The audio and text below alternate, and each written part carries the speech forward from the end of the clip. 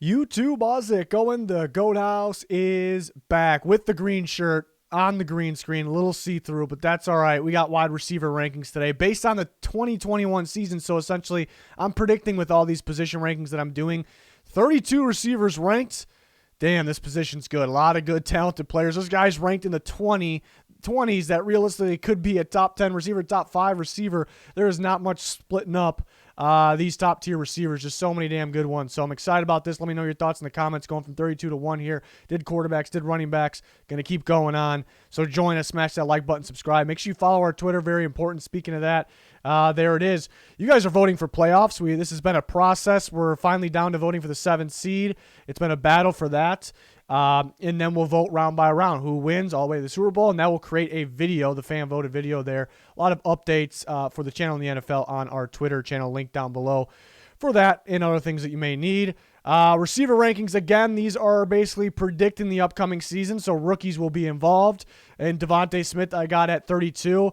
I think Devontae Smith could be maybe a Justin Jefferson type impact, because Justin Jefferson was instant impact that good because of his coverage recognition, separation, footwork, all those things. Devontae Smith has the same thing, actually a better prospect than Jefferson was prospect. So he could do some similar things. Yeah, the only problem is with the Eagles, how often they're going to throw the ball. Often they're going to throw the ball downfield. Might be a run-first team, but I still got him in the top 32 because I think that's a damn good rookie receiver there. I got Jarvis Landry at 31. Very consistent receiver. Odell back could weigh down Landry's production, but it's a damn good receiver ranked at 31. Just shows how good a lot of these guys are, how many good receivers there are. Claypool with a ridiculous rookie season. I think we could have something similar in terms of the production, a similar type season. Obviously a dominant factor at the point of the catch and after. So I'm excited to see him in his second year. We got two Rams receivers in a row here, actually. I've always been more Robert Woods is better than Cooper Kupp. I think this is kind of the year maybe where it flips a little bit. It's always been even, kind of game by game. But I got them in this range. Very balanced attack what the Rams have. But now at Stafford, they could realistically be better ranked than this when it's all said and done. I got Tyler Boyd at 27. My opinion, the best true slot receiver in football.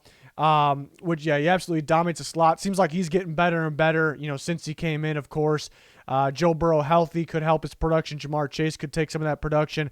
I think the best just shows how many good receivers there are. I think the best true slot receiver, why is the best true slot receiver ranked 27th?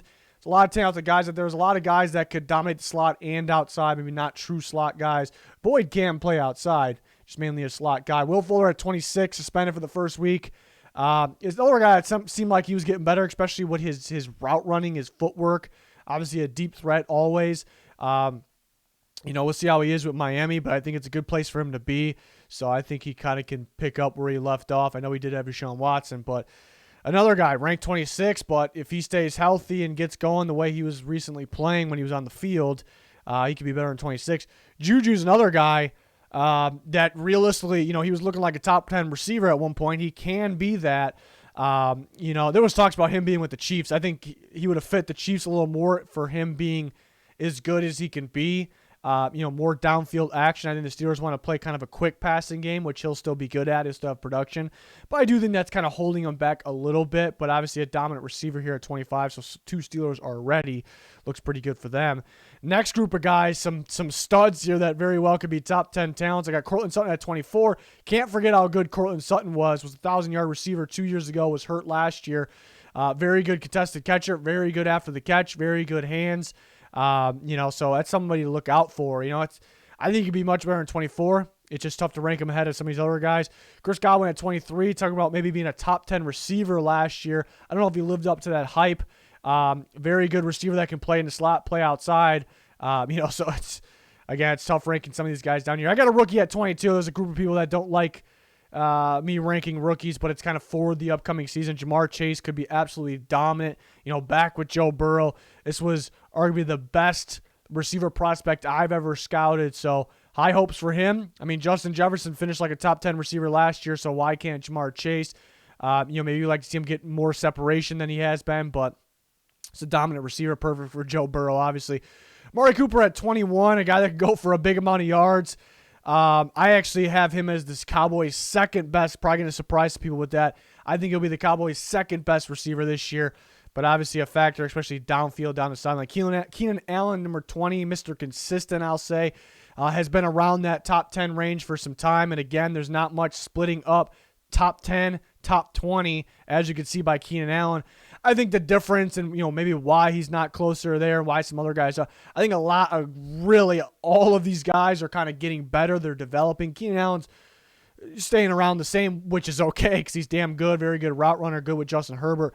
That could be the slight difference splitting these guys up. Tyler Lockett, another consistent receiver, spectacular catch kind of guy, down the field as well. Again, I'm at number 19. I think DK could step up. I think we'll see more of a collection of receivers go off, maybe not go off, but get involved. Eskridge, I think, get more involved for Seattle. So it's not just going to be, it's mainly going to be the top two guys, but a little more of a variety maybe going forward with their new type of offense that they're trying to run. Big things coming for CeeDee Lamb, in my opinion. He was my number one receiver in that class last year. Dak getting hurt CeeDee Lamb. I think he's going to have a ton of production this year. I almost wanted to put him higher in this because I think he's going to be a big-time factor. He can do everything. He gets you that production over the middle of the field, the outside. You see his contested catch or spectacular catch ability in the red zone, in the end zone. Did I mention he's fantastic after the catch? I think I did, but he is. So big thing coming from CeeDee Lamb. He's a future top 5 receiver in my opinion. He's on the way here. I think he'll be the Cowboys' best. Terry McLaurin at 17. Maybe some better quarterback play, around the corner for Washington. So that can help Terry McLaurin. Curtis Samuel getting a mix, the guy that just missed the cut here. McLaurin's very consistent. You like to see him consistently stay in the end zone more, get in the end zone more, but he'll get open over the middle of the field. He's good after the catch. He'll fly past you, so very good hands. So, it's another guy that could be around this range. He could be in the top 10. There was times last year where he looked like if you throw in more touchdowns last year, he's definitely a top 10 receiver. So, again, very tough splitting some of these guys up. Next group, DJ Moore is going to be 16. DJ Moore is pretty underrated, not talked about a lot in this category. Sam Darnold being his quarterback maybe doesn't help him as much as some of these other receivers here, but he's a guy you get the ball to in any way. Underneath, shallow routes, middle of the field, outside, downfield to go get the ball. So I think a very underrated receiver. I got him top 16. DK Metcalf, top 15. Just such a dominant downfield and contested catch receiver. You would like for him to get a little more involved in terms of separation over the middle of the field. There was some games where you disappear a little bit just because, if you just worry about him on the outside, then he won't do a whole bunch. So you do want to see him kind of add more to his game, but such a dominant presence all over the field, even in the, red zone or not. So I got him at 15. 14, Kenny Golladay, tough one because I think at any given time, Kenny Golladay could look like a top 5 receiver. There's times where he, look at the Falcons game last year. He has those moments where he looks like a top 5 receiver. He goes from Stafford to Daniel Jones, doesn't help a whole lot. But Daniel Jones was actually, believe it or not, was pretty effective downfield last year. So that can help with Kenny Golladay. I do think some people view him as, an injury-prone receiver. So I guess that's the main problem. Will he stay healthy? That could decide if he's not even ranked in the top 32 or maybe in the back end, or maybe if he's ranked the top 10. But I think what people think of him is, kind of a downfield contested catcher. I think he's more than that. We'll see if he's more than that with Daniel Jones. 13, it's weird. I keep having Browns ranked exactly 13 so far in these videos. So that's just a coincidence there. But Odell Beckham Jr., tough one to rank because he was just hurt. He also wasn't playing at an elite level that we once saw him, but still playing at a very high level. I've heard good things out of camp, not 100% full go yet, just, being safe. But I've heard he looks like, he's looking even freakier, more athletic, more in shape. That's a great sign. I think what could be, one thing, the Browns maybe a run team, run first team. They want to pound the football. That hurts Odell in terms of ranking him super high. The Browns could be a little sneaky. They could have you on your toes, sneaking up in the box and get, maybe more production downfield now that Baker's more prepared, more ready. So I'd watch out for that.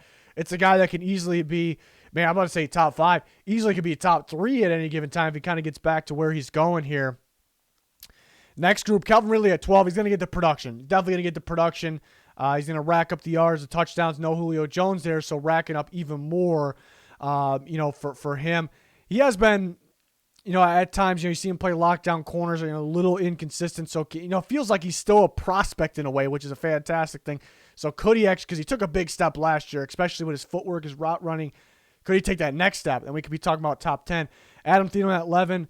Thielen was a touchdown machine last year. He's going to continue to do that. He's going to get some solid production, solid yards. He's a touchdown machine, knows how to shed corners on the big downs, the third downs, in the red zone to get in the end zone. He knows how to, get open and read the coverages as good as anybody in those moments. So he comes in at number 11. But somebody else taking over as the Vikings top receiver, perhaps any given time. It could be Thielen or Jefferson. Mike Evans at number 10, definitely one of the more dominant contested catchers. Shown some things after the catch, too, recently, so I like that as well. He's going to be at number 10. Maybe splitting hairs, guys in the top 9, maybe get a little more separation. A.J. Brown really on the rise here, especially with Julio Jones now, could actually open up more things. You see Corey Davis finally gets things going, makes A.J. Brown better. Now Julio making A.J. Brown even more, improve even further. Pretty ridiculous. Arguably one of the top tier receivers after the catch. I think his contested catch, going up and fighting for the ball ability, is very underrated. He's only getting better. So that's exciting there with Tennessee Titans got going at the receiver position. Number 8 is going to be Allen Robinson. I actually think Allen Robinson is getting better. Before, it was the question, how high do you rank a very talented, physical, contested catch receiver that could get more separation, that could do, develop more of a route tree? But I actually noticed him developing things later last year. So an odd time of a career, not that he's like really old or anything, but an odd time where a guy I feel is actually getting better, adding more to his game. So I put him up my ranking since where he's been in the past because, you see him playing from the slot a little more. You see him running more routes. You see him getting more separation. So I love that. Maybe there's some more, even if it's Andy Dalton, I think the quarterback play actually could be better. Versus it should be, you would expect, versus Trubisky, Foles. But if it's Justin Fields, even better there for Allen Robinson. So I got him in the top 8. Justin Jefferson at number 7. You sit down and you think about what he did in his rookie season. Pretty ridiculous. You think about going for 1,400 yards. Remember the first 2 games, they barely even played him as well. It's just today's era. Footwork and separation just dominates, and we know Justin Jefferson is already top tier in those categories, so it's a safe bet for a top 10 receiver. Michael Thomas, a tough one because he was debatably the best receiver in football, and going into last year, people very disappointed with him. He was playing hurt when we did see him play, so it's not like that's Michael Thomas for good, what we saw, because when he was on the field, he just was not right. He didn't look like that good of a receiver at all, but it's definitely because of the injuries. It felt like he had multiple injuries, some more serious than the others. So hopefully back on track this year. Are we going to get that number 1 Michael Thomas, though? So he is a very tough one to rank. The good news is Jameis Winston ball, that's more passing. So it could be more production there, unless he's turning the ball over an insane amount, then maybe not. But I think a lot more. It could be actually more production here for Michael Thomas, hopefully staying healthy. Julio Jones, new Tennessee Titan here, coming in at number 5. Just another one, just got to stay healthy. Doesn't have really major injuries, just minor injuries kind of holding him out. But he seems more serious, more locked in, more confident he's going to be healthy. The Titans will throw the ball a little more. Where's that number 1 corner going to cover? Julio Jones or A.J. Brown?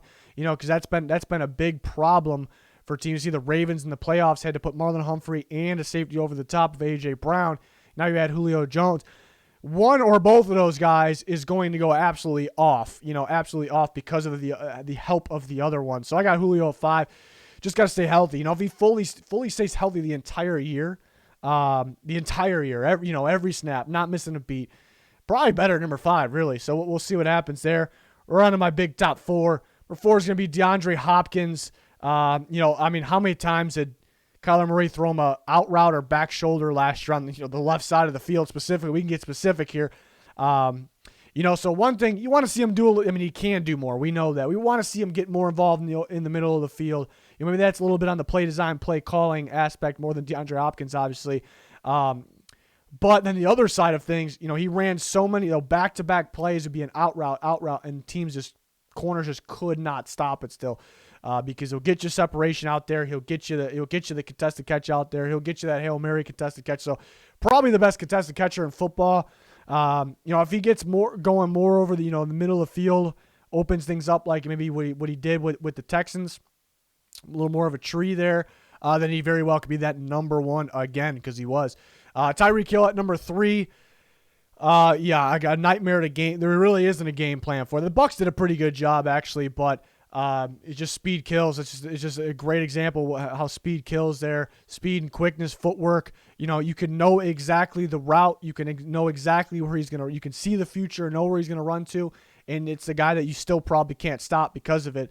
A little bit inconsistent on the hands at times. Not like he's prone to drops or anything like that. Would not rank him nearly this high if that was the case. But if he could catch the ball a little more, you know, like Adams, like Diggs, like Hopkins, then he could very well be number one. You know, he does rely on his speed. I mean, he's just so dangerous. Fits today's style so much. You know, makes the job easier for a guy with a strong arm like Mahomes. Number 2, Stephon Diggs.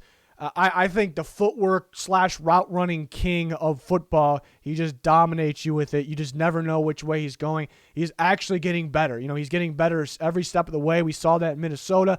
Now he's with Buffalo, more of a high-powered downfield passing team. Now we're going year 2 where he's getting better. Josh Allen's getting better. The Bills are getting better. The chemistry's getting better. Very, very scary. Could be the best receiver in football for that reason. I mean, he beats you with athleticism before and after the catch. Beat you with that spectacular catch downfield.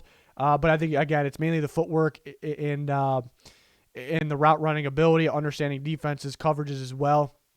But I got Davante Adams at 1.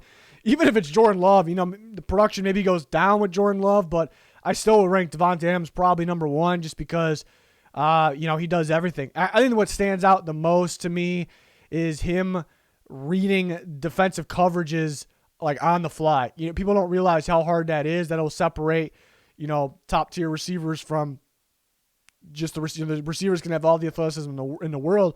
If you can understand coverages as you're running your route, you know, think about how long routes last, not very long. How long plays last, not very long. You know, they feel like they're fast too. You know, once you're off the ball, you know, NFL speed. You know, the way he understands, you know, where he needs to adjust his route, where he needs to go. I mean, it just stands out. It's ridiculous. But just absolutely dominant from the slot, from the outside, dominant footwork, dominant routes, dominant in the red zone, the open field. It's just, he's the most balanced receiver across the board. Usually those guys aren't elite at anything, and that's why they're not number 1, but he's elite in almost every category at the same time. And he's getting better, too. We talk about Diggs. It feels like he's getting better every single year. Davante Adams is definitely getting better as well because we were talking about him, you know, top 10 receiver, maybe top 5 at one point, but now he's kind of just put himself to number 1. So obviously better with Aaron Rodgers, everybody would be, but I still think he's that good where he would be that good with Jordan Love even. So it's almost, you know, you want everyone loves football. You want Aaron Rodgers, you know, we want him playing obviously because you want the best competition out there for this league in general. But I'd be curious to see, you know, how Jordan Love is with Adams, how Adams is, which is just something that's curious, you know, everyone would be curious about. But that is my receiver rankings. I mean, there's a lot of guys we didn't rank that are just damn good. Somebody's going to be big time for the Jaguars. I'm hearing Chenault's looking good in camp. I was a big Chenault fan. DJ Chark I was a big fan of. You know, it's tough not squeezing one of these guys in there. You know, if Deebo Samuel stays healthy, Brandon Ayuk just on the outside. You know, with the Colts got going, who's going to be the number 1? Michael Pittman was looking promising last year. A lot of second-year guys that were really good last year that just missed a cut. You know, T. Higgins, another one as well. I mean, the list goes on. You know, so there's the position's in a really good place. Best it's ever been, easily. You know, NFL history. So a lot of good receivers there. Eventually we'll rank like duos, units, things like that. We're going through our positions right now. Let me know your thoughts in the comments. Please smash that like button, subscribe. You all be much appreciated. Make sure you follow that Twitter as well. Link down below. But that is going to do it for this one. Thanks for watching. Goodbye.